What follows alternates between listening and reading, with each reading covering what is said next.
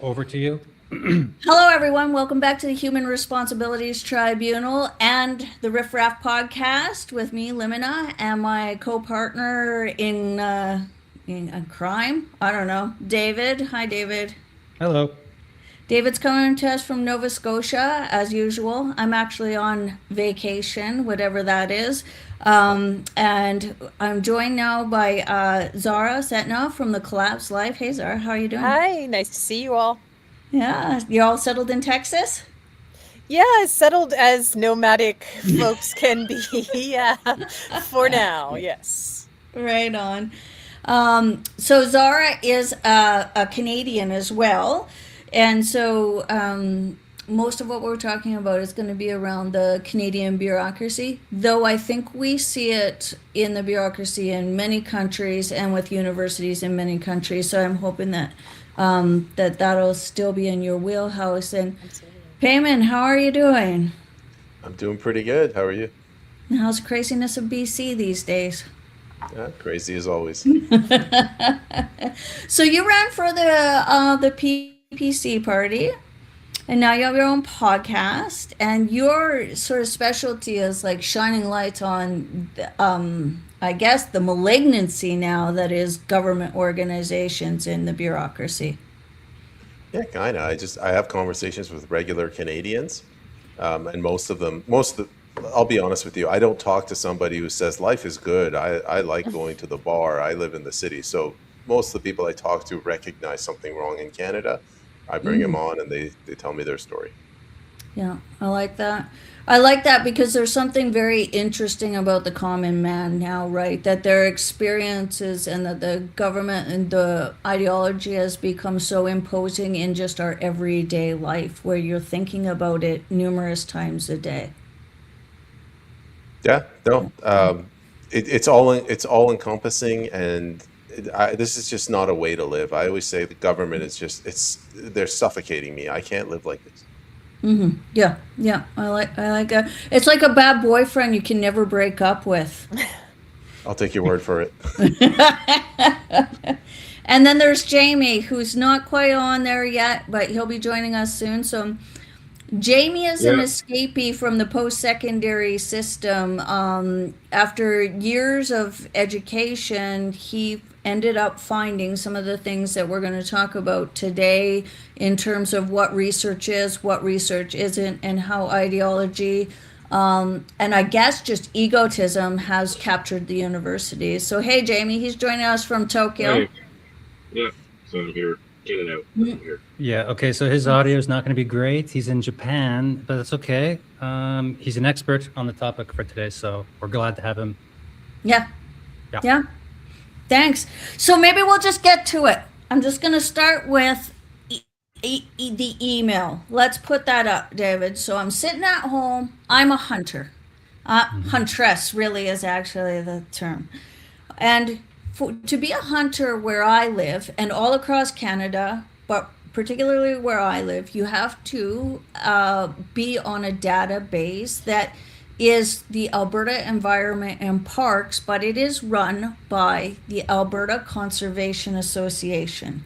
So let's just say that we'll call it the ACA, and they are the contractor that does all the services in terms of win cards, hunting and fishing licenses for the province of Alberta.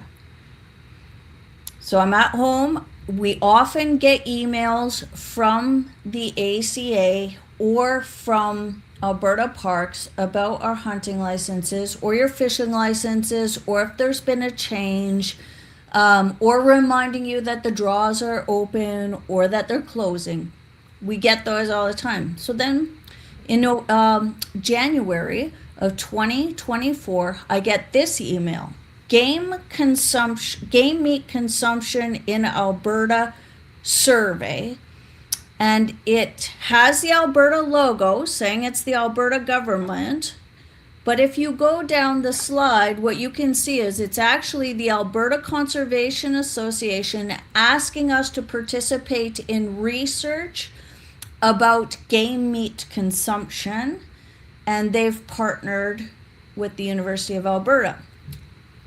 And so a couple of things I'd like to point out is the Alberta Conservation, again, is the contract worker for the Alberta Environment and Parks, which means that everything they do with our information is for Alberta Environment and Parks and those licenses I mentioned. Now, here's another thing is that the Alberta Conservation on their other side, which is not running the government database, funded this research. They are the grant funder, which they gave to the University of Alberta, who put together the project, and then the ACA, then they were the ones that recruited participants. And Once Lumina, we- just a quick question, just as you're going through this story, did that initial email actually invite you to participate? Did it give you an option to say, yes, I would like to participate, or no, I opt out? Yes. Well, so you didn't have to opt out. What it did was it asked us to participate in it, that the conservation was directly asking us for our input, and that you had to click a link to go there. They did lay it out in some ways pretty good, that this actually met the ethical expectations of the Research and Ethic Board of University of Alberta, which I'm not sure how. And then it just said, and this information will be for public use when we're done. So at first it seems really innocuous, except for that research recruitment is actually it's supposed to be a really sacred sort of bond there. You're not supposed to just send it out to anybody, and using a government database to recruit people is actually almost unheard of. It's so stringent. So that sort of, at first I was like, oh, okay. But I actually went through and did the research. So if we could just maybe, at first, I think what I'll do is take a look at the two big, so this is the personal, let's look at that one, David. Okay. So this is the data collection on the actual Alberta Environment and Parks database site, that hunters and fishers, we have to be on there. So we are not members. You have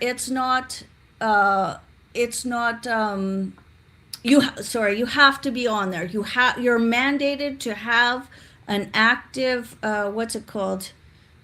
profile on there, with everything from your name to where you live, what you've hunted, what you've gotten in previous years. You have to put your information in there. And then their part of that was any information that they collect can only be used for the purposes, so it disclosed or used for the purposes laid out, which is hunting and fishing licenses. So this is a FOIP statement, which is our freedom of information and privacy. And so we go from there. Let's go to the next slide here, David.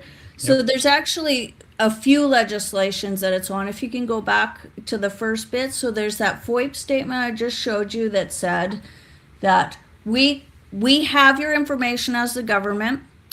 We will only use it for the purposes of what it is you've inputted it for, which is hunting and fishing licenses and draws and everything around it. I've also added the PIPA legislation. So PIPA is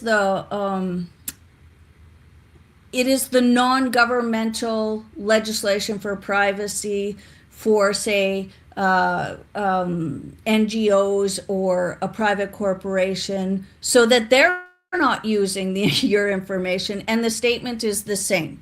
We will only use it. I added that in there because the ACA is the government, and it's also really not the government in this case, which is sort of that gray area. Then if you roll down this slide to page 2, you can see that the Trilateral Commission strongly recommends that you don't use a government database for the recruitment of participants.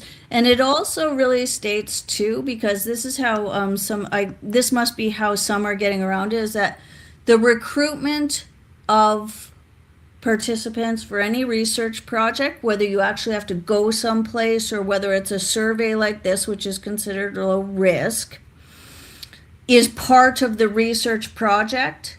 It is not a preamble to the research. It is the research project. That's why it's always written into the research project, and we'll show that later. And who is in charge of maintaining the Trilateral Commission's recommendation for ethical research is the Research and Ethics Boards, which are within the university, so they police themselves. So I think that is all pretty clear, and I think actually most people know this. Most people know that the government just can't take your information and start sending you Reebok marketing commercials, or send you, the government of Alberta is actually really recommending Walmart now for all your groceries. Okay, so that's what they're doing because they can. So I think we all inherently know this, right? I think though that, well, we should know. I do want to give you credit for the instinct that hit you when you got this, because if the government had sent me an email, like, oh, the IRS is sending me emails about taxes, and then all of a sudden it's an advertisement for Walmart, that would strike me. But this is so seemingly innocuous, and it seems as though it fits with what they might want to be collecting information about. Like, your spidey sense went off, and it's good that it did, because you discovered all sorts of things in investigating this, which is what we're going to talk about today, that really rise up to, I think, even higher level. But you had an instinct here that I think is really just worth recognizing, because we should all be honing those instincts so that we can, not that we have to be suspicious of every single thing that happens, but have the instinct so that when something is a little off, we feel it and then we look into it, because I think we just take too much for granted. Oh, and I love that you say that. I just want to say one thing before I forget. I could not put up because I didn't feel right and I couldn't get permission, but I wasn't the only one.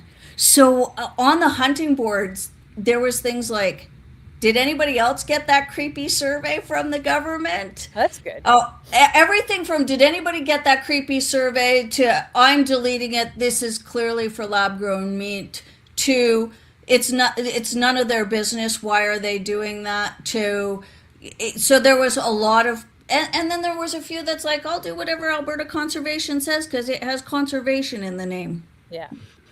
But it's good that you're not the only one. Yeah.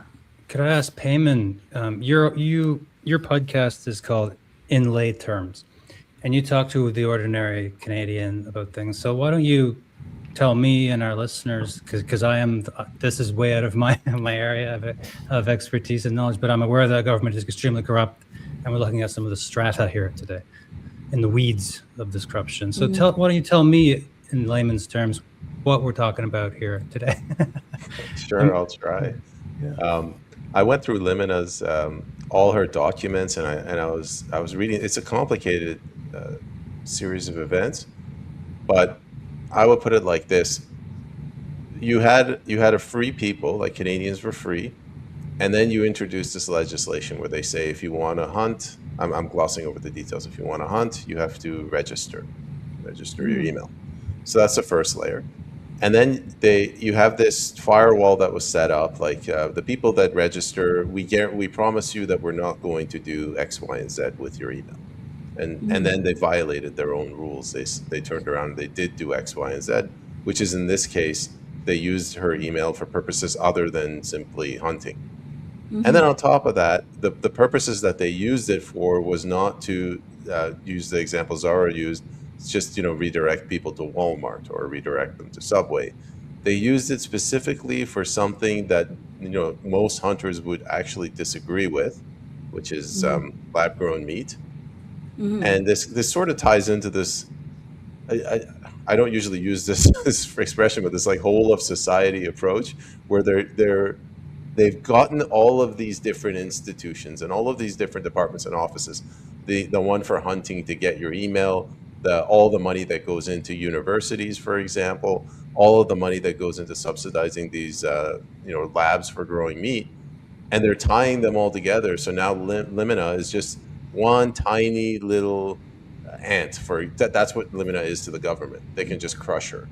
She's a nobody. We need her vote every 4 years, but other than that, we're just going to completely violate her. And Limina's like, no, I'm not an ant, so I should fall back. Yeah. Well, and I would say we're not sure actually if it has anything to do with lab grown meat because they haven't stated really in any meaningful way of what the information would be used for. And maybe I'll have Jamie come in here too because it there is also another whole set of laws and ethics from the Nuremberg laws all the way on down the line into universities that state that at every point in a research project, the sole focus must be that the participants are okay, they've consented to what they're doing here, and that they've been recruited in an ethical and legally responsible way. And I think that is the biggest thing that set me off. We did a research project on homelessness in 1999 in the town I lived in when I was a student. And man, they put us through the ringer. None of this would have flown. Like we had to send our project back 18 times to figure out how to say, is somebody indigenous in a way that was okay? And not indigenous in a way that was okay, right? And so actually on this research project, you were either indigenous or you were not. That was it. Those were the only two sort of categories. But it was interesting to me that the use of a government database, I already knew that was a huge no-no. And maybe Jamie, you can speak to that because they're making it seem like how they recruited people were incidental and really none of their problems. Somebody just forwarded it, but that's not actually true. That is the starting point of what is supposed to be a sacred and ethical relationship between the researchers and the participants, and why that's so important. Like everybody's seen what is this, not the Stockholm, the guards and the prisoners, where that all went wrong, with the researchers. Oh, I can't even remember the name. But it is so important. And so the idea that they illegally on several points just were recruiting people, that was just the start of how not only bizarre but absolutely poorly done this whole research project would be. I could even overlook it if I thought this is going to be great for hunters, this is going to help conservation, this is going to get more hunters on there. But wait till we get to some of the slides. Like it's not even right. And in some of the slides, they even asked us if we were doing illegal things, but they didn't even know it was illegal. The Milgram experiment. Milgram, thank you. Thank you, Patrick. Jamie, give us what are you thinking, man? I'm looking forward to hearing your take on this. Because I know that you're quite a sharp. He's in Japan, so we'll see if he can. He's in and out. Oh, there he is. Hey, buddy. I'm trying to find a PC or thing that will give you good audio. Mic. Are you getting an echo? Noise. No, Lemon's got a fan noise. Okay. I would say that in principle, there's supposed to be that sort of high ethical bar, informed consent, and all that stuff. But what I feel after COVID is that our institutions and rules are only as strong as everyone's willingness to uphold them. And so I have no confidence that those sorts of things can't be violated at this point and worked around. And, one example is a case, I think, out of the UK where a woman who was raped, you called her rapist faggots in the conversation, and she ends up getting arrested. And So we're in this situation where groupthink and new sorts of priorities can usurp what are these seemingly like established. Um, sorry, I'm struggling to get the audio to work correctly. Hang on. Can you guys hear me? Can you hear me? Yes, whatever you did there fixed it. Okay. Yeah. Yeah, it's those cheap headphones I bought. Yeah, so I would be highly suspicious of anything at this point. That I was watching U.S. podcast. I think it's Redacted, and they were talking about some sort of Obama era tweaks to informed consent that seemingly allow U.S. citizens to be experimented on without their knowledge and consent. And I don't know the details of that, but I don't know if that's come across anyone's radar. But I think that's sorry to interrupt you, Jamie. I was going to say that I think the informed consent piece of Limina's story is so important for all of us because we've all just been through COVID, and many of us who were not involved with research before, we didn't even really know what informed consent is, what our rights are within it, what we should be expecting or demanding. There was, as we all saw, this absolute appeal to authority to just like do what you're told because someone who has more degrees than you says so. And I think it's really critical for all of us to help people understand what informed consent is and when to expect it and what to expect of that process, because we completely gave that power away during COVID, and it's definitely going to come again. And we should all be screaming about informed consent. Everybody should be talking about. Everybody should be able to rattle off what it is. You should know the risks and the benefits and the alternatives, and be able to make a decision about something that affects your life with all the information. It's baked right into the name. But I just think that nobody ever talked about it before COVID. Yeah, and I guess for people that haven't been through a university system and maybe graduate level studies, these things aren't self-evident or ideas they've ever been exposed to. Most people had no idea that there's an insert that accompanied the COVID shots and that it was actually blank. And so it's impossible to have informed consent. Your doctor doesn't know shit.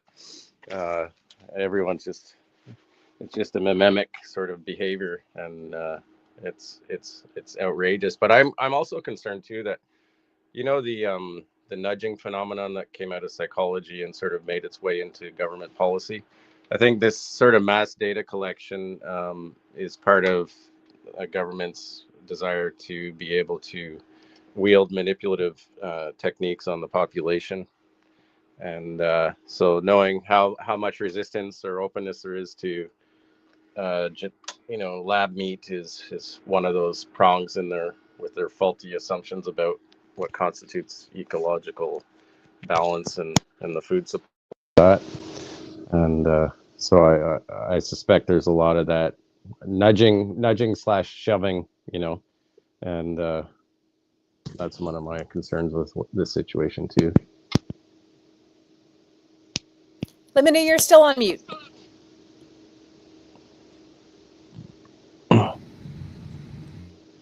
Oh, I just muted myself again. So two things are important about that is that it's interesting to me as a social worker and a counselor that COVID brought that up, because every time you go to a doctor, every time you have a shot, every time you get therapy, every time you see a counselor, that should be your first session. And the fact that it wasn't before tells me that we had problems pre-COVID that were then just really aired out and came to the forefront.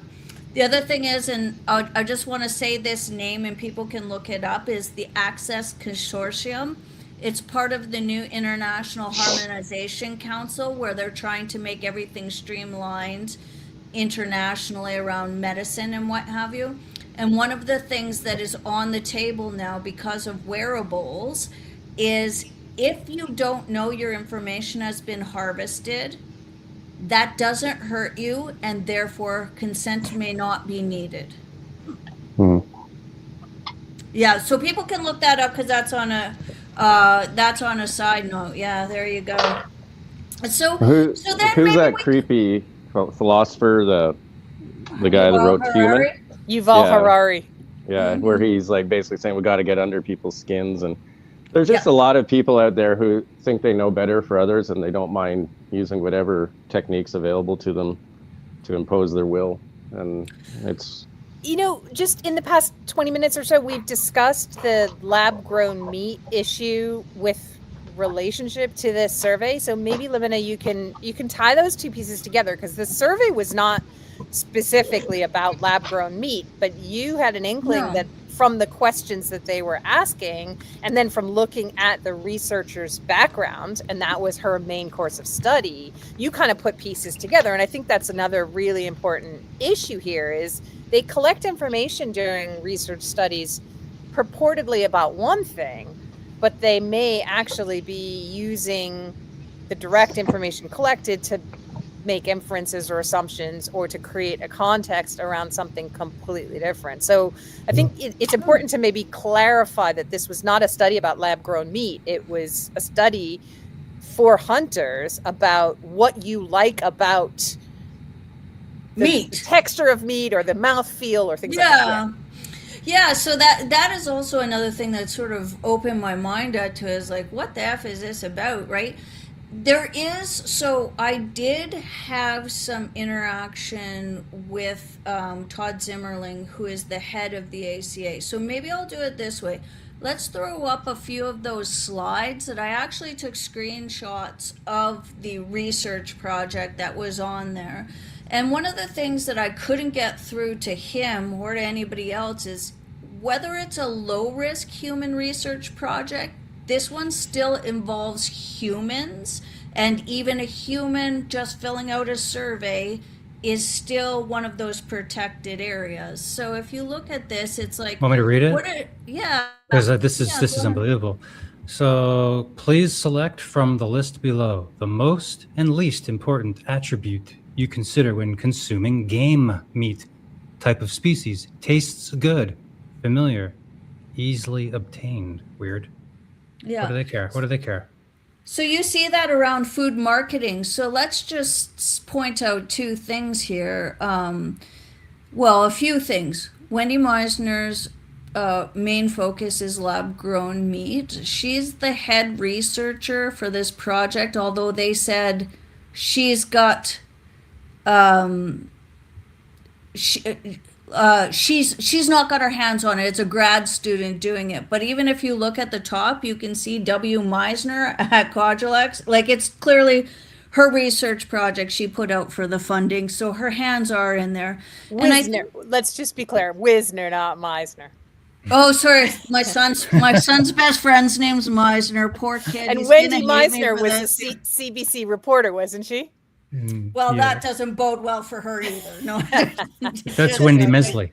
Wendy Yes. Mesley too. Yeah. So it's coming up on things like this, and so even let's take the lab grown meat or the cultured meat out of it. This lady's and the lady under her, whose name is Sandra O'Dami, who is the student who ran this project. They're in the food sciences division. They're not even in conservation. They're not in environmental sciences. So this isn't some craziness outside of my head. And the truth is that because they've said that the information will just be there for the public to use, that even without any sort of maliciousness here, 5 years from now, she could be like, what could we pull from this? Because things like texture, like look at this one, is like, so one, you can't farm game meat. Game meat is wild meat.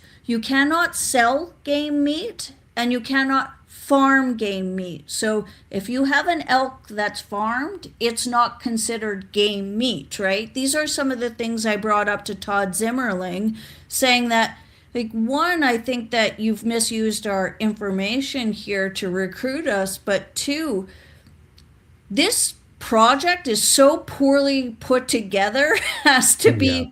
worthless. And he came back and said to me, and there's an email there if you want to bring up the ACA email, where he's like, yeah, we know that there's problems with the whole research project, but actually we're just doing it so we can build a relationship with the University of Alberta so we can do more research with them.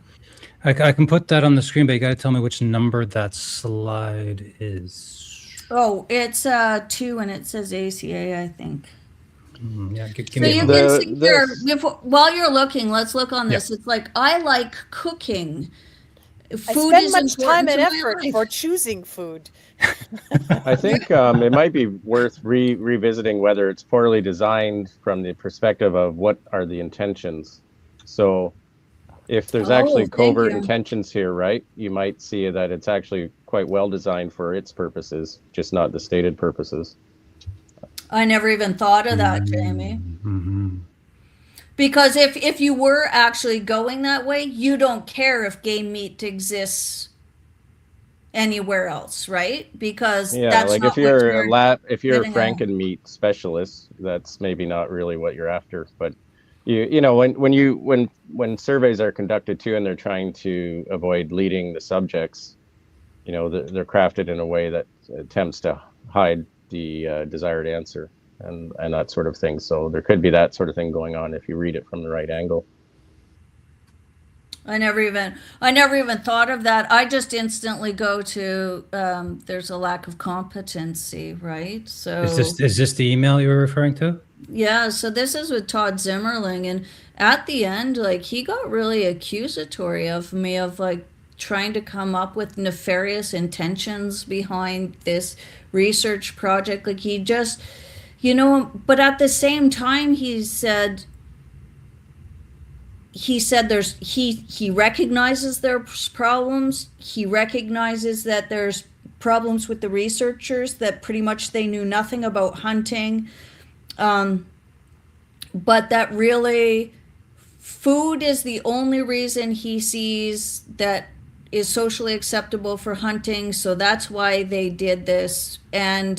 But the biggest but is right there, is that he would like to, so he said that it appears I feel, so just for asking questions and telling him that there's serious problems, which he acknowledged that there's problems with this, and that there's possibly a conflict of interest because they're the funder and also the organization that gave access to all our information to recruit us, which is a conflict of interest, that I am the one coming up with nefarious intentions. And I just cautioned him against that. But it comes out, he sends also in here that this is just the start.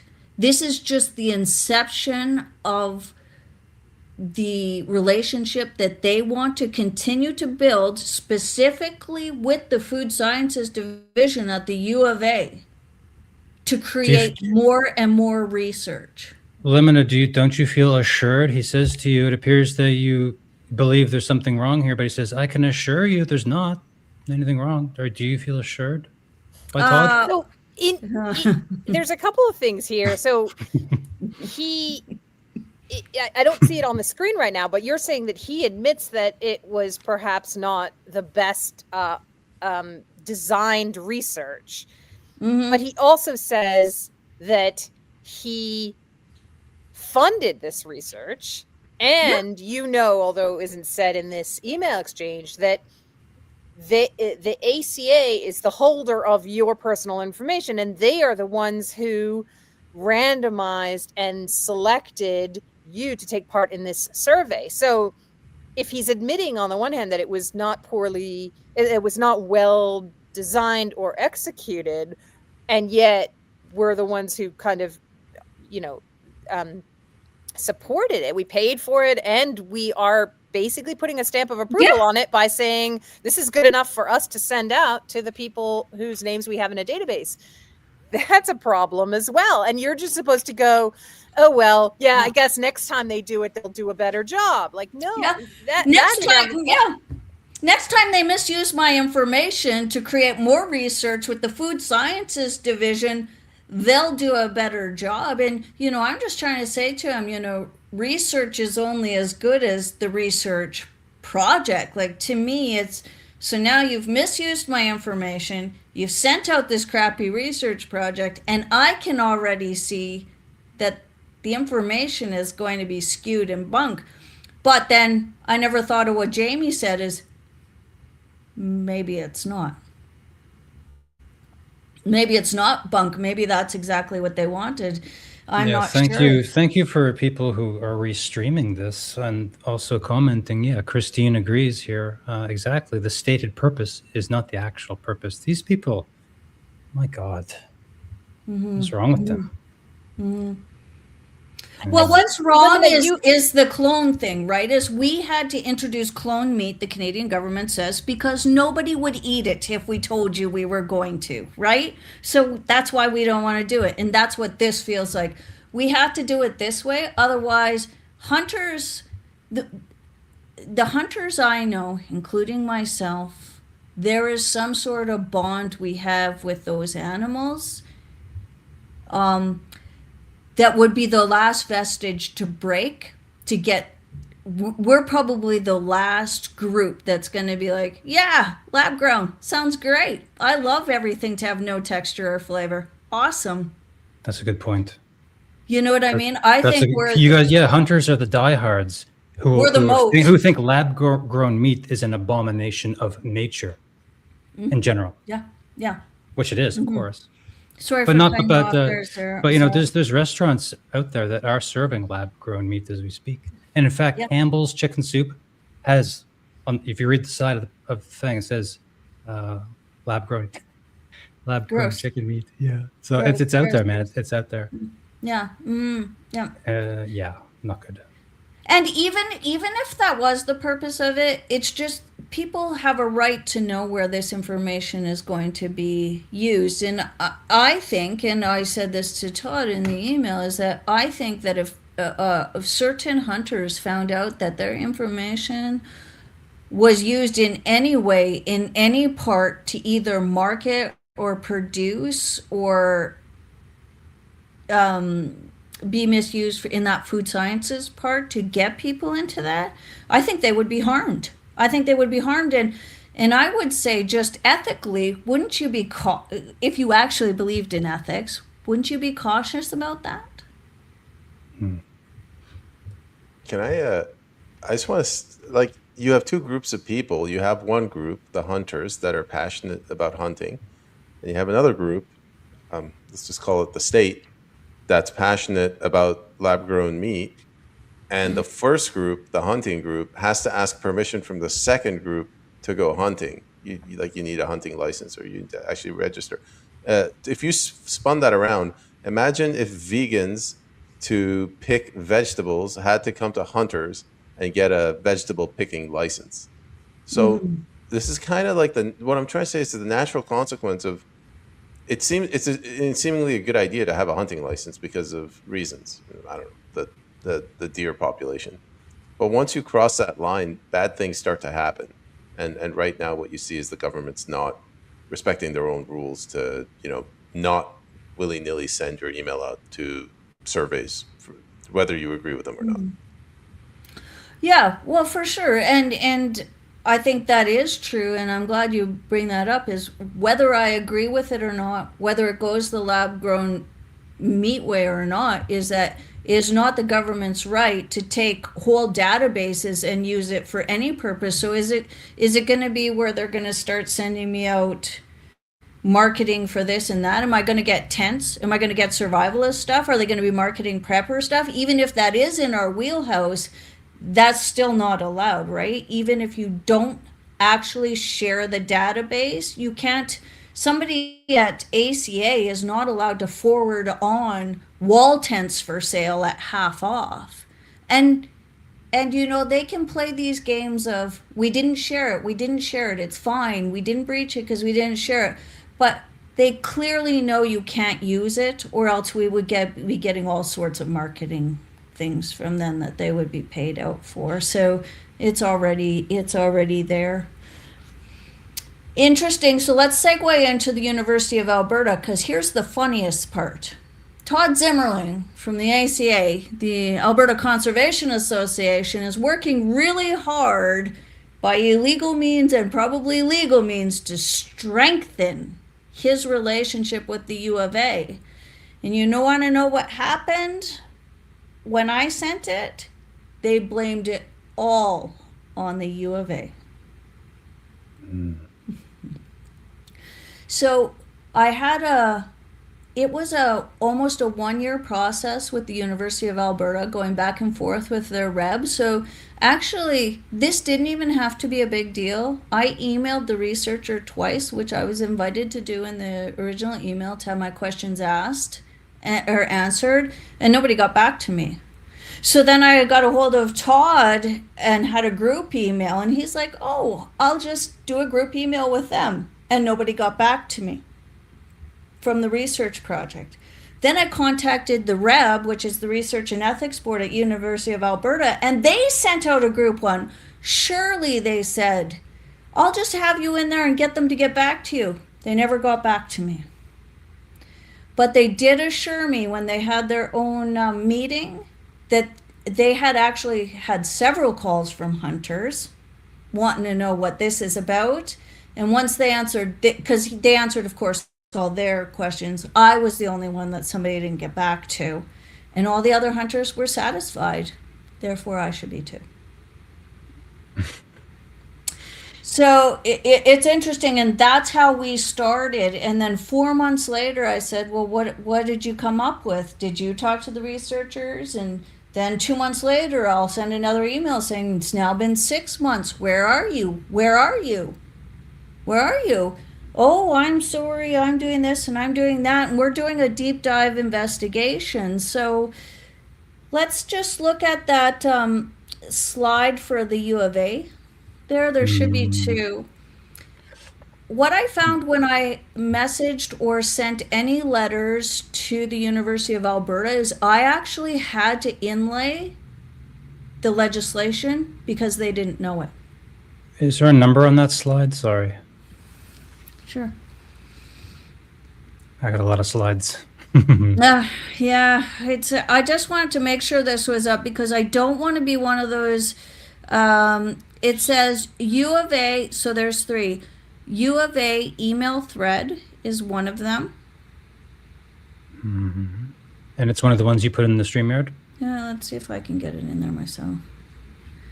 So I have problems with the StreamYard. It'll only take so many slides.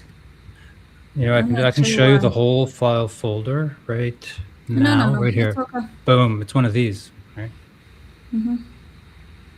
If you want, I can just double click, away we go. Sure. You see those? Which Yeah. one? There's a good comment from Christine Mose, who said to Limina, they didn't get back to you because it's a technique to suppress your inquiry. Right. So yeah, exactly. Like just She also says, I was an activist back in the day wanting to change the horrors of factory farming. Now I raise meat rabbits to take full responsibility for how my livestock lives and how it is properly dispatched. Yeah, very good. Oh, what was her name?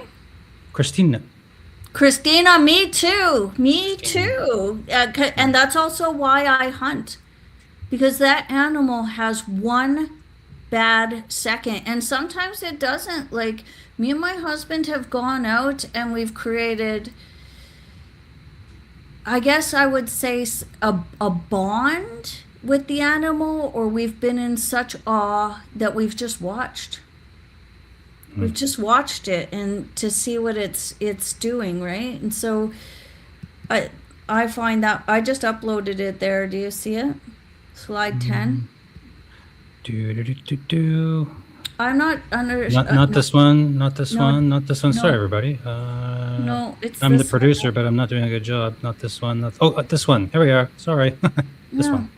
That one. So then, after going back and forth for 6 months, this Kim Kordov, she was sort of my liaison, and what she did was convened the researcher herself and the research graduate student that was actually in charge of the researcher. They had a meeting of themselves, about themselves. Can we all just guess what it was? It was fine. They decided what they did was fine because they didn't share our information.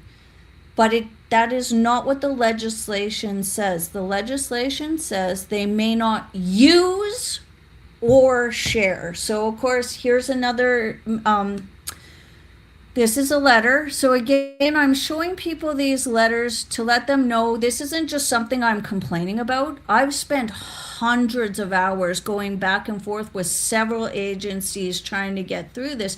And you can see where I've actually added in the legislation into the letter. And in this one, I just said to her, like, I find it hard to believe as the Research and Ethics Board, one, you don't know this legislation, but two, that you just all sat down and said, is everything we did all right? Yep, everything we did is all right.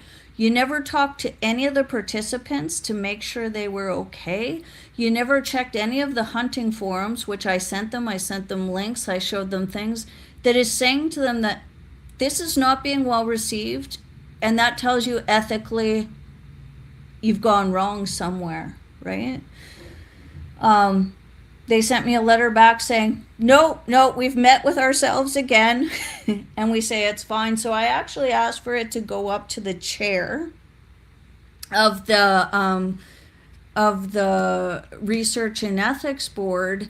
And maybe we could take a look at that one in specific and then put to rest at U of A, or then just maybe talk about it all at once. So in the last letter of the U of A here, and maybe I'll just share screen instead. That looks like it might be easier. Yeah. I gotta ask, Jamie, do you have a coat hanger and a refrigerator behind you? So my regular gig is I have an all-Canadian wine business here in Japan. This is my wine shop. So that's my little office space that you see there. So there's lots of wines for you. A little gin from Ontario. Do the Japanese love like it. your Canadian wine? Is Well, Canada that's known the for ones its who wine? know. The ones who know do, yeah. Okay, I'm cool. actually just dealing with an event with a major Canadian company later this Nice. month. So, yeah. Okay. Do the Work in Japanese make progress. much wine themselves? Yeah, I actually started a podcast that's about Canadian and Japanese wine regions and production. So I like it. there's nothing Cool. gritty on that one, nothing contentious on that podcast. I keep You're that not all talking for this about, stuff. transhuman vaccines and stuff on that one? No, Okay. I keep No, that out. okay. I'll keep that out, yeah. Yeah. You're not going to get to that place like where it's going to be like the big maple syrup heist or anything like that, only with wine. Well, I'd love it if we get that kind of demand. That'd be great. Insurance would kick in and we'd be good. Yeah. Yeah. All right. So I just uploaded that number 11 there, if you could, David. This one? Okay. That one. Yeah. Yeah. So this is their final letter here, and as you can see from the yellow highlights and what have you, so it's Jason Acker. He's the Associate Vice President of Research Integrity Support, whatever that is. And he went over what my complaints were. In between this, my complaints and also my confidentiality went to shit because it went to a gentleman named Brian Stokes, who is he's the fixer guy. So when something goes wrong, he reworks it so it doesn't look like it's their fault. And then it came back, Brian Stokes and this fella, because I FOIP'd all my records, but interestingly enough, the University of Alberta wouldn't let me have all my records, citing that it might cause some of them harm, which seemed like a big kick in the face that I was the research participant. But you can see here, so that the ACA sent their research project out to their membership. But again, this is how poor of an investigation was done. We are not members of the ACA. We are not members of the ACA. They're a contractor that runs the Alberta government database. Again, they tried to say they didn't share, the information wasn't shared with them, but that is not what the legislation says. The legislation says they may not use it. Again, they clearly know that, or else I'd be getting advertisements for everything. And then here, with that beautiful relationship that the ACA is trying to cultivate with the University of Alberta, they just throw them under the bus. If the ACA did this and they weren't supposed to, that is the ACA's problem. And he's given me a process in which I can report the ACA for their research project. It is completely insane to me. So another thing that I mentioned is once I filed this formal complaint, the ACA deleted my email from their database so that I was no longer receiving my mandatory information for my hunting and draw license. So here's where we're at. So So I'll remove that document. And I feel we'll have like a we're in discussion. we're in clown world now. So that is the highest point of the Research and Ethics Board within the University of Alberta. So I would just like to point out too that, you know, they didn't think it was a big deal that I had retribution as a research participant for making a complaint or having any sort of inquiry into the research project. They also didn't see, and it's not their problem, right? It's not their problem. They don't know the legislation. It's clear to me there was no investigation, but then it's clear to me they also don't know confidentiality. So they emailed my whole record to this Brian Stokes, who's like a marketing guy, like the fixer for the University of Alberta, and now all my information of a confidential research participant is gone. Nothing to see here. And then if you read that letter at the end, he just said he didn't want to hear from me. Nobody's actually ever spoken to me. None of the researchers, none of the reb. He writes, his last letter is, "We consider this closed." Limina, I just wanted Yes, to ma'am. share something. There's a gentleman in the audience. His name is Kirk Reese. He's a military whistleblower. He discovered fraud at the L'Orange military base. He escalates it to the Internal Investigations Department. The military says nothing to see here. He goes to the RCMP. The RCMP says not our jurisdiction. He takes it to Anita Anand, who's the Minister of Defense. She says it's not my responsibility somehow. He takes it to some of the political parties, NDP. They say you have to go start from the courts or the ombudsman. So the executive branch has this knack for bouncing you around. And they do this on purpose because they don't want to be held accountable. The system's designed so that we, the little people, can't fight back. In your case, because you're dealing with more of a civilian side, I think they were just really honest. They're like, whatever, just ignore this lady. but it's a less professional way, less advanced way than what they do at the executive branch. Yeah, except for that it actually really is the government. That's the government database. They're in charge of it. I was snooping around here in Nova Scotia. And let me show you a little news snippet of something that's going on here around here. I reached out to the chief of this group in Pictou County. Indigenous leader in Nova Scotia accused radiologists of conducting secret tests. Basically, a lot of the Native Americans in her band, her reserve there, they were given these radiology MRIs to test their, I guess, brains and other things for some sort of whatnot study. But the kicker is that they were not told that they all had their livers examined secretly. And not only that, but the two radiologists who conducted this study worked for Dalhousie University and a large hospital, the QE2, right here in Halifax. And then these two radiologists went to a radiologist conference in Halifax, just down the street from all of this, and presented all of these facts of the livers of the Native Americans here in Nova Scotia that they took without their consent. So this Chief Andrea, I believe is her name, she didn't want to come on my podcast to talk about it. but she's suing the pants off these two assholes for this secretly. What someone said the Tuskegee experiment, and Yeah. I don't know, Native Americans have a little bit of a history of this shit already. It's still happening now. Well, that's not unusual. MK Ultra was tested in Canada, in Montreal, on mentally ill people. I mean, all of this is not new. And every time something like Tuskegee comes out, or MK Ultra, or say this one, or I had one where they tested this brainwave contraption on kids.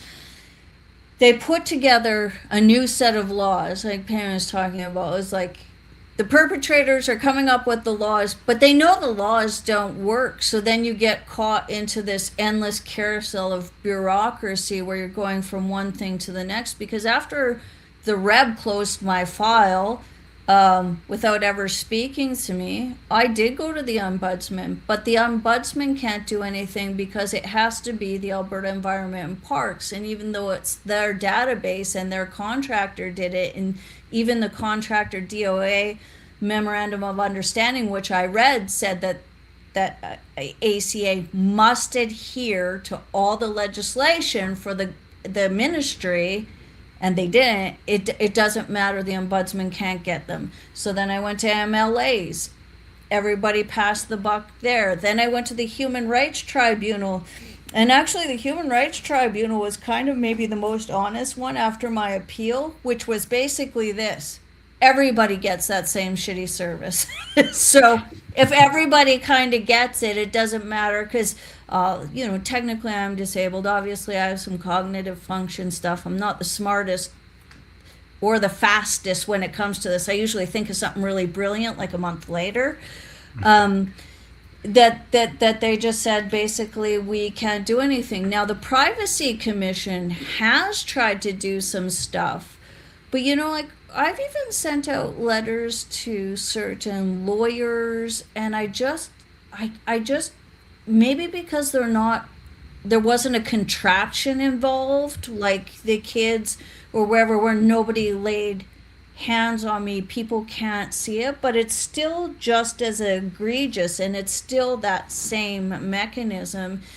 And the thing that I found, which is the same thing that these Native leaders have found, which is the same thing the parents of these children have found, which is the Trilateral Commission that is responsible for the ethics of all research in Canada really isn't responsible for the ethics of all research in Canada. If you are even in a university and your research is privately funded, there is no oversight. None. So they can say that, and they did say this with the research project I was involved in, that we adhere to the Trilateral Commission's ethical research policies. You can find it on this website. This guarantees that all human research participants will know where their information was used, that their well-being will be our highest mandate, that we will make sure that everybody knows that active and ongoing consent will be used. But the truth is they just say that. But if they're funded by the ACA, it does not matter. So of course they just investigated themselves and said, oh, we got together, we had a coffee, and we said everything's fine, so therefore it's fine. And we said we did this Trilateral Commission stuff, so that's fine, and so you're fine, everything's fine. And it's like a big, as a punk rocker in the 90s, what we used to call it, a circle jerk.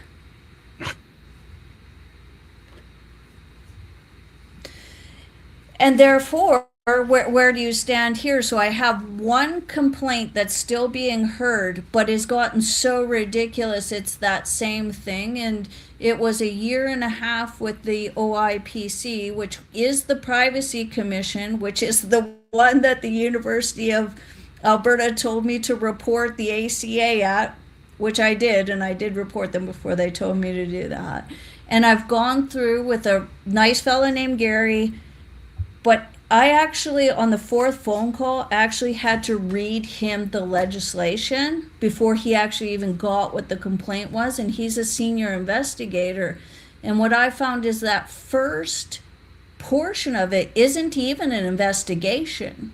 It's more like a mediation. It's like, oh, well, we called ACA and Todd Zimmerling said he didn't share the information, so that makes it okay. Is that okay with you? Can you say that's okay? No, you're not going to say that's okay. Okay, Todd, she's not going to say that that's okay. And it really is just that sort of mediation. And then finally, after like a 12th call with him, he calls me and says, they don't understand why you didn't just delete the email.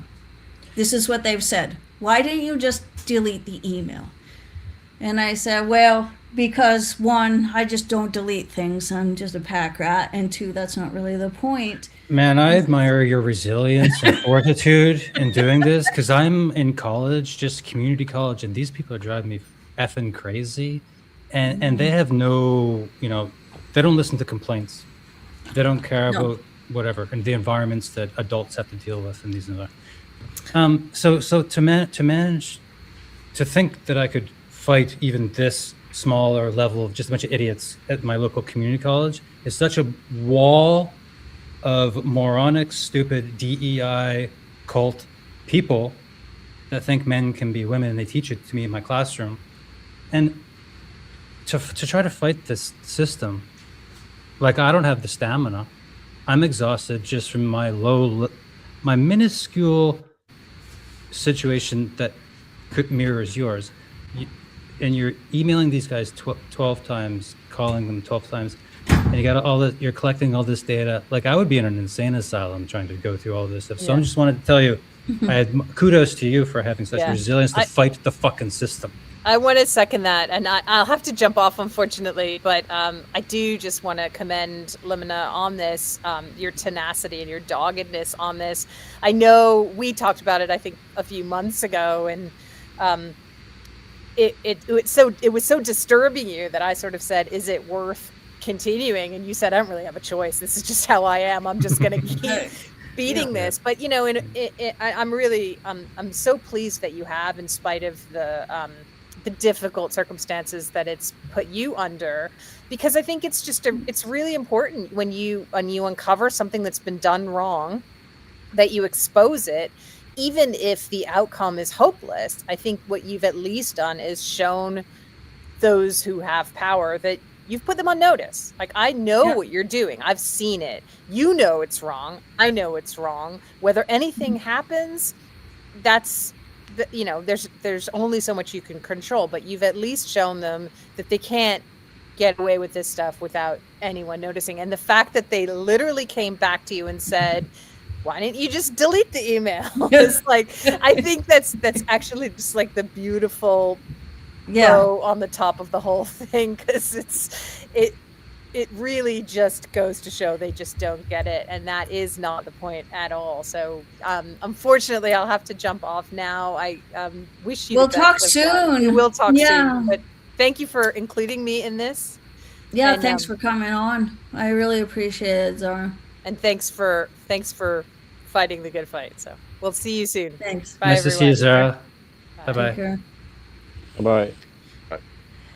So I guess where I'll leave it with you guys is I've kind of gone through it all. It's still sitting at the OIPC, because now we're done the investigation part. We're gone to a 18-month inquiry, and she's right. Like, it is really wearing me down, and I'm finding the Privacy Commission is actually sort of being disingenuous, if not outright devious with me. But then you wonder, once you're in it this far, it's been over 2 years, it's like, how do you can't really let it go now, right? And this university, it just started off as like a, hey, don't send me emails I don't want, that don't have to do with hunting. And now it's at like, how is a university this underhanded and incompetent and unaware? And I think the thing that stuck with me the most through all of this is, one, how they all work together, because I'm pretty sure the Privacy Commission is just elongating this, so because there's a timeline for which you can sue and you need that outcome. So I think that was never put into place to investigate. I think it was put in place to elongate a legality so that you can't do anything at the end of it. But what's actually really stuck in my craw is this University of Alberta. The fact that you would acknowledge as the highest of the high of ethics of that place that somebody has had retribution, i.e., getting my email deleted, that it's been distressing, that their recruiting path may have not been done in an accurate way or an ethical way, and they're still like, but that's this guy's problem, even though it's my research project. That's the thing that stuck with me. I think that's why I really dug in. Ethics is an interesting topic in and of itself, philosophically speaking, isn't it? Well, I aren't think we supposed we see how difficult it is to get any accountability from any government entity, right? There's every, we just saw, the Supreme Court reject the appeal by the federal government regarding their emergency power usage. And I don't see any of those people who made those decisions facing any sort of repercussions. I heard, I haven't verified this, but I heard that some Canadian politicians' names are on the list of people donating to the protest riots in Minnesota. And I thought that gets your bank account frozen in Canada when you when you do such things, right? So all this is like deviating from your specific case to the bigger picture, but I just think we have to inspire everyone to think in minimalist government terms and get this stuff out of our lives. I'm so sick of seeing half of our GDP and half of our incomes go to absurdities that just exercise their outrageous intentions and irrational objectives on our lives.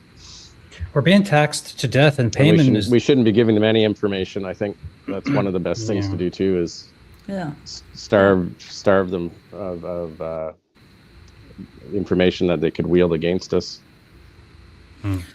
Well, and think of it that way. And, so one of the reasons David and I had created the Riff Raft was to create your own life raft. And the thing that I've really, I knew this before, but anybody that thinks that any of these agencies are going to protect them, or, when everybody says Nuremberg trial, oh, we got to bring the Nuremberg laws back. Those were bunk the moment they exported all those malicious, malevolent doctors over to do research in the United States. Do you know what I mean? With Operation Paperclip. And so then that means we have to hold people responsible, and it's information, like energy in and energy out. And I think the only reclamation I'm going to have from this is trying to suck as much energy out as I possibly can, and make it so impossible for them to keep going and ignoring me. Is just keep going and keep going and keep going. And I think that's probably one of the only uses of AI I can think of too, is to keep doing this. But it is alarming to me that I would say that science and universities, which are supposed to be our bastions of understanding and knowledge, are this incapable and uncorrupt. And there's something we need to keep an eye on, right? Evelyn, the universities are a major problem in society today. Testing. Can you guys they're hear me? They're the originators of all the wokeism that we experience, and the corruption of the scientific method towards the interests of pharma and technocracy is full steam ahead in these institutions. So I think in your case too, to manage your mental health in this regard is like what I've done during COVID when I I thought there was some value to engaging with people online about these topics was I had to develop a set of practices that would allow me to do that in a really unemotional and pragmatic way, just as though it's like folding the laundry, and partitioning some time of the day to do that. And so, little things like I never checked my responses on any social media late in the evening. Just to even know that someone had replied would be enough to instigate my mind trying to formulate a response to what I imagined they had said. And so I put all these things in place. So if you really want to just do this as a matter of principle, just say, okay, I give 30 minutes every 3 days a week to this topic, right? And then I have a cup of tea and just try to really get your emotions out of it, and just be able to do it as a principle where it almost feels satisfying to know that you're tending to it in that sort of way, in terms of seeing it as part of a bigger project of trying to push back on these institutions, but don't let it take your energy. Well, luckily my chickens and all my animals, they demand they demand that I spend most of my time with them. But I do hear what you're saying, because back to what Zara said, and and sort of what Payman's alluded to, is these processes are actually designed to make you stand down or crazy. But what I would say to that is that's what it did to Luigi Mangione, right? I mean, I'm not threatening anybody or anything like that, but these systems are starting to drive people mad, like actually into some sort of insanity where they're not going to play by the rules anymore. And I think that is unfortunate. That is unfortunate. Can I say something here? Well, I see it as an eternal battle too. I think these I don't think Jamie tendencies can hear me. of Okay. bureaucratization and self-interest, It's okay. cowardice that combine with power and all of these things. I think we will never be free of these things. The only thing we can ever do is, on a collective level, have enough people who keep them in check. It's like, weeds consistently grow, and if it's a part of life, part of the package, we just try to make our contribution to try to stem them. And I know this may be a contentious issue, but that's why I'm really rooting for Alberta separation, because I feel like it's a way to rattle people's cages. And like going back to Ontario seems like an impossibility to me. And the fact that so many people are lulled into their own subjugation, and we need these examples to play off of each other, so people can wake up and be inspired by what might be possible. So I need to establish residency there if things get real. I think when hopeless people, and this is something everybody should remember, whether the bureaucracy works or not, hopeless people fall into hopelessness and then they don't do anything, right? So you can look at doing things, even if it's banging your head against, even if you know that letter won't do anything or what have you, it gives you something to do that's not hopeless, right? That's something that you can do, even if it's for your own self, right? Well, and I think too, I'm trying to hang on to that.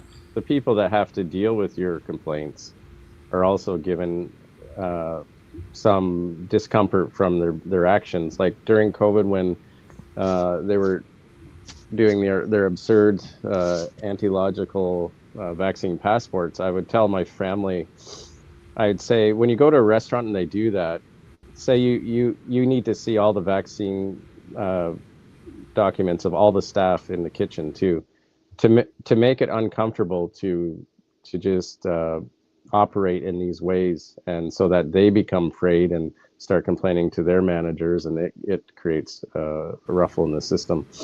And these things are important. You might not be able to measure the effect of it, right? But no doubt they're talking amongst themselves and in their office, and they don't look forward to this kind of pushback in the future. So it may be making changes that you can't even recognize. The letters are interesting. I went from Mrs. So-and-so to then my first name. And then by the end, because I did FOIP my thing, I was just called this person.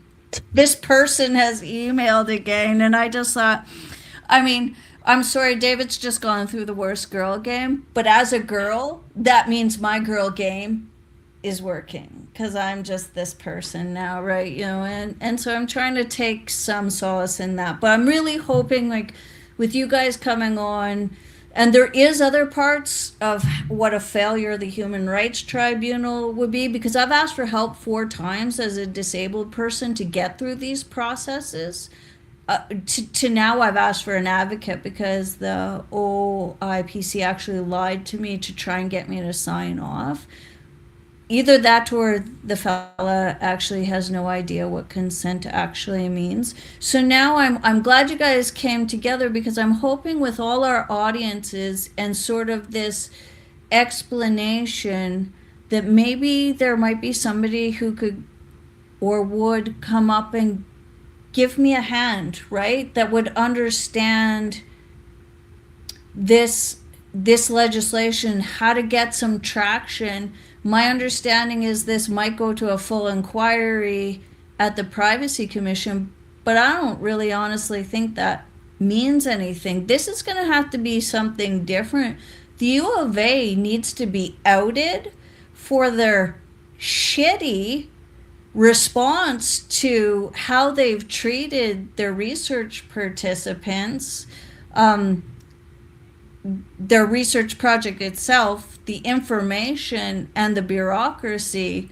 And I think they need to be actually held to account, and so does the Conservation Association, right?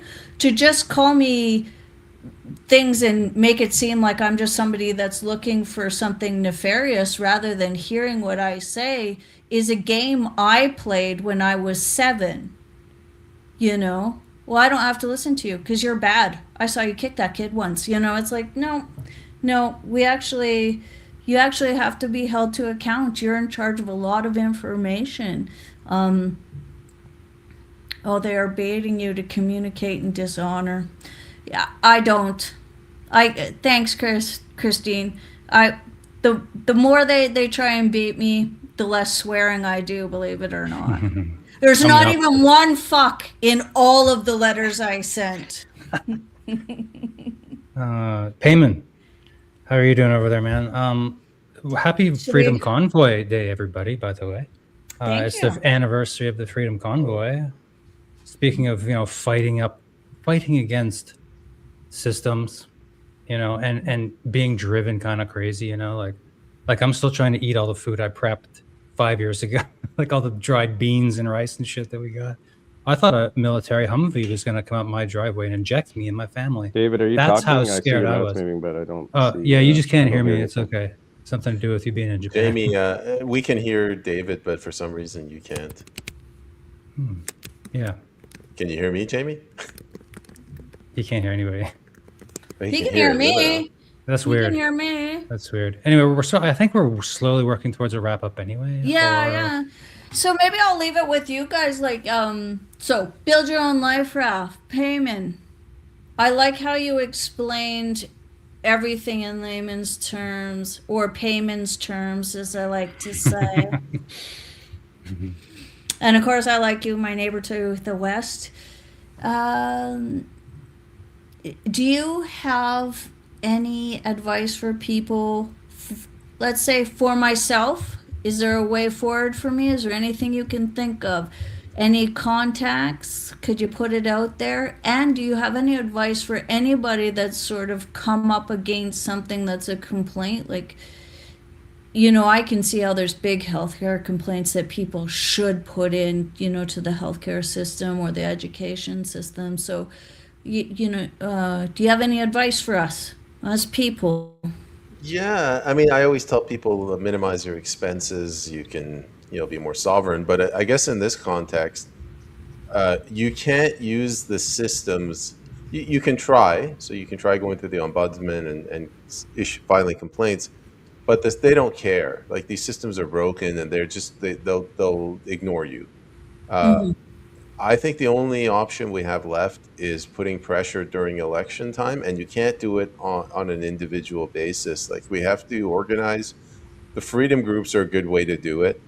And we need somebody to come along to organize all the freedom groups. And they say, all right, we have one use case. Limina went through hell with the Alberta University. And then you pool your resources at the election time. You go to the candidates. You go, this happened. Which one of you are willing to make a public statement on the record that what happened here with the releasing of the emails of the ACA was wrong, unethical, and immoral? And whoever does it, vote for them. Kurt Reese says 100%. He's behind you. He likes what you said there. There's Payman's one of his podcasts he does in lay terms. And here, look, it's us on the screen even there. He's live streaming us. Thanks, dude. You have a way bigger audience than I do. That's for sure. Than I do on my podcast. No, so appreciate that. Well, and I appreciate you coming on too, because I mean, it's always interesting to me what you bring, because a lot of people who are within that bureaucracy are going for votes believe more in the system than they probably should, right? And I do like what you're saying, which is a hybrid approach, but you know, a lot of it does start at the individual. Where are you going to be? Where do you want to end up being? Yeah, I mean, if you really want to go down that road, choose your spouse and your friends wisely. Like, you don't want to be battling them every day. So, pick somebody who's sort of like-minded. Yeah, yeah. Jamie's having difficulty all the time. He's in Japan, everybody. He's in Japan. Long He's distance. in Japan. Jamie, can you hear us? In Japan, it is tomorrow already, if you can believe it, or yesterday. I only get your voice. So I'm missing out on the conversation. Okay.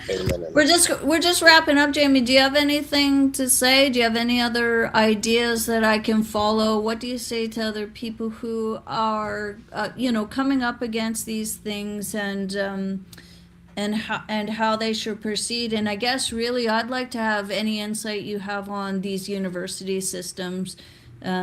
And mainly, I want you to say people should take a trade.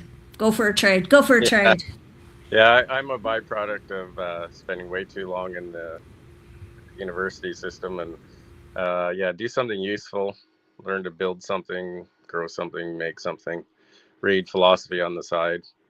And but yeah, I mean, there's always the ideal of the ethics board and everything. But if you found that it's not being applied, just persist in a way that doesn't zap your energy, and maybe try to find other people who feel the same way.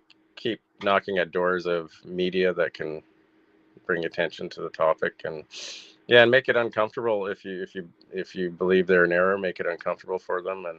And I do think this whole fake food agenda might be behind this too. So the duplicity of hiding the real intentions of a research project, I think, is unethical as well. So just keep at it. Whole thing was, and I really appreciate your support. What's your new podcast name again? I want to put that out there. So for people who are driven to drink by the bureaucracy, Jamie, he has a new podcast, and he celebrates Canadian wine. So. And Japanese it's called wine. The Viticulture Edge, a Japan-Canada wine podcast on all the major platforms. So we're interviewing people in Japanese wine worlds, Canadian wine worlds, winemakers, people working there, etc. And it's very, if you don't want to deal with anything contentious for 45 minutes, that's a place to go. I really like it. I really appreciate you being on, especially bringing to, you have such a wealth of knowledge about the university system, and I know you came up and had some of your own issues with that too. So I'm glad you chose to drink rather than continue in university. I think it's the smartest choice you ever made, Jamie. And David, thanks for coming on and helping me with the documents. Yeah, because as everybody knows, I'm terrible, but if anybody is interested in knowing more about this, holding some of these people to account or helping me through this process, or knows a good connection for me, if you made it this far, shoot me an email at liminalresilience@proton.me. We'd love to have you on, especially if you have a good strategy. So that's what David and I are about, is doing things for yourself. And this is one of the things that I've decided that I'm going to do, is see this through to the end. And part of it is actually like almost a mapping project too. Now I've made it all the way up to the Trilateral Commission. I noticed that one CBC article, there was actually another National Ethics Research Board that I was going to get a hold of. It's kind of now become an interest to me of how many different pathways I can take that I know aren't going to work, but just to sort of map out that ineffectualness, if only to point out to people that if you think the government is going to come save you, and every time there's a new law you think your life is going to get better, I have news for you. The only way out of this is you. Yeah. Just one more thing that came to mind is maybe if you haven't already, is just have essentially clear demands from your complaints, and maybe you'll get some resolution because they want to resolve it. They don't want to hear from you anymore. Well, if all it took was clear demands to get me to not talk anymore, my husband would have had some demands a while ago, I think. This could be an idea for a topic for another day, but in my mind, I keep thinking about ethics, for God's sake, and an ethics board and an ethics group who tells me what ethics is. I feel like, and maybe this is a little philosophical for another time, ethics comes from within myself, actually. I decide what ethics is for me, and morality, and love, and other things like that. Is there a board of morality coming too soon? Do you think? Well, I like what you say. I mean, I think that's one of the reasons why I am pursuing this, is because it is so unethical from start to even their answer, even the idea that they never once talked to one of the participants to make sure they're okay, and that they just met and they decided in a big circle jerk that everything they did was great because they said it was great, is, to me, that seems unethical. So I hear what you're saying, and I guess that's the one thing that you can't let somebody take from you, is whatever your drivers are, whatever those roots of your character are, they're nothing unless you live them out. Unless you're taking them out in the real world, right? And so me, I'm just taking my ethics for a walk, and I've made it all the way to the Trilateral Commission. We'll see where we go from here. Okay. Interesting chat, everybody. It's an interesting topic. It's important to expose the strata. It's not all jabs and left, right, Trump, Carney stuff. I mean, oh my God, it goes so much more deeper. And I think we've drilled down to the rotten core of this goddamn fucking system in Canada here today, I'll tell you. Education system, oh my God. And community college, dude, I'm going to do a whole show when I'm finally done at this college that I'm at. And I'm going to lay out for everybody what community college is like in Canada in health care. Think about this shit sandwich. Community college is the bread. Healthcare is the meat. And you take a bite and you almost begin to believe that a man can become a woman. Yeah. Because they say it all the time, and it's on all over the walls. The United Nations goals are all over the walls. It's on the tampon dispensers. And there's a tampon dispenser in the men's washroom. I look at it 3-4 times a day whenever I go in there to take a leak. And it's this weird gaslighting thing. And then you know what they do? When you complain to them about anything, like the loud bitch in the class who never shuts up, I can't concentrate, they say, I would like you to review this policy, subsection 6, and then we'll have a meeting next Tuesday about it. But about your behavior, actually, not her behavior, your behavior in class for complaining about this. And we don't like your language. We don't like your behavior. Even though you get straight A's in the fucking course, there's something wrong with you, David. Your behavior is not right. We don't know if you can go out to the hospital and work the way you're acting here. It's just like, anyway, I'm already opening that show. We're not going to do it right now. Oh my God, dude. It's sick. Well, it comes back to the original thing of, so I read the policies for your institution, and if somebody makes a complaint where you are, it all lies within the receiver. So it doesn't matter what you meant or what you said or what was actually said.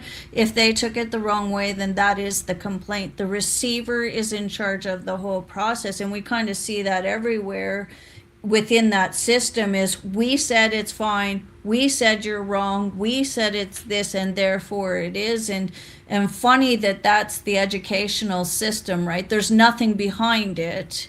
It is that, that high castle view of everything. Is we're sitting up here, plebs, and we said it's like this, and we don't need to prove it to you.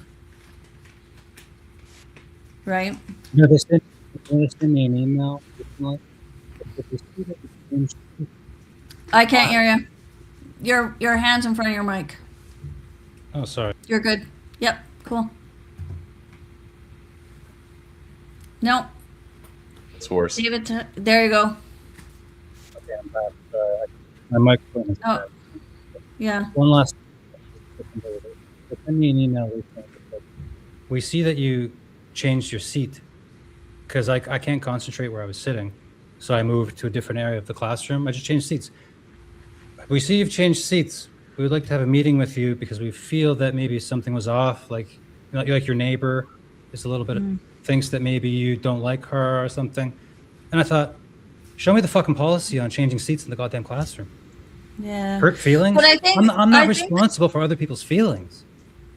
I'm just I not. think we're kind of getting back to that same thing, right? Is that how do people like us hold to people who are in charge of the policies? They're in charge of how it looks like. They're in charge of the complaints process, even if it's sort of designed for you.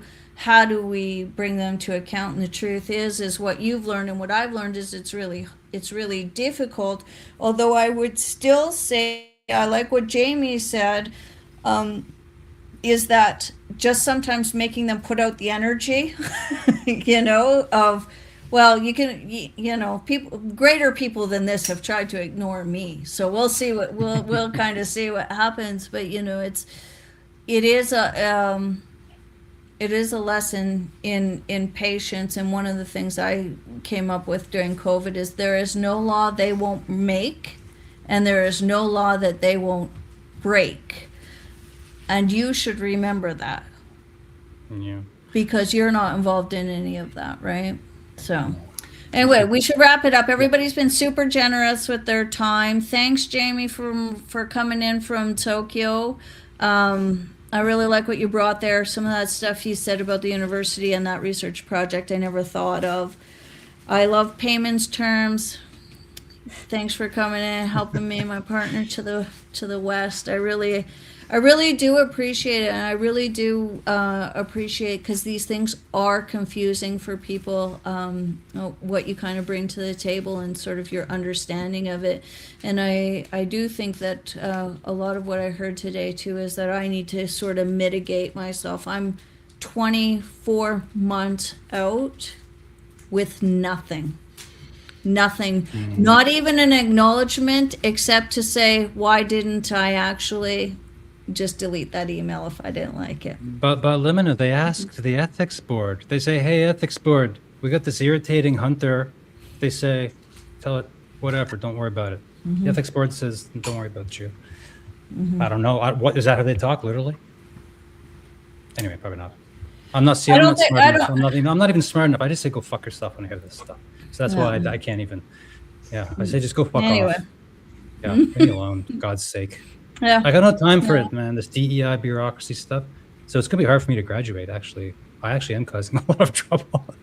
You know what they do? You know what they do when you send them an email saying, you know what? People are complaining. I have complaints. You know what they do? They send you suicide hotlines. They send you 10 mental health resources, and then you begin to start to believe, maybe I am mentally ill. Well, I would say this to other disabled person or people that are involved in that a DEI thing is they don't really believe it, because when I asked for help as somebody with cognitive impairments or whatever, saying like, I am really struggling to get through this process, I need some help, or I need an advocate, or can you tell me which way to go? They just didn't even answer to it. So I think that was exactly my complaint, Limina. You know this, Payman knows it, everyone knows it. I had a stroke 1 year ago today, actually. and they know it. And the healthcare professionals who are burnt out, as they call themselves, they're burnt out healthcare professionals, and now they teach healthcare, for fuck's sake. Those Doesn't make who sense to can't me. do teach. Yeah. Those So, who can't man, do dude, teach. I'm going to do a whole show on this, and you're never going to believe. Sounds like you need to. We'll do that next one. I do need to. Payment on Man, they're driving me about crazy at it. college. And Jamie. I get like I get excellent grades. And that's David, what I'll I have you on my podcast. We can talk about it. Oh, man, I gotta I got- go. I got another Yeah. podcast in about 25 minutes. Me too. I really appreciate you guys coming on. Let's wrap it up. Thanks again. If anybody else wants to get in touch with me about this issue, it's liminal resilience at proton.me, or you can follow me and David on the Riff Raff podcast or the Human Responsibilities Tribunal. Thanks again, everyone. Bye. Bye. See ya.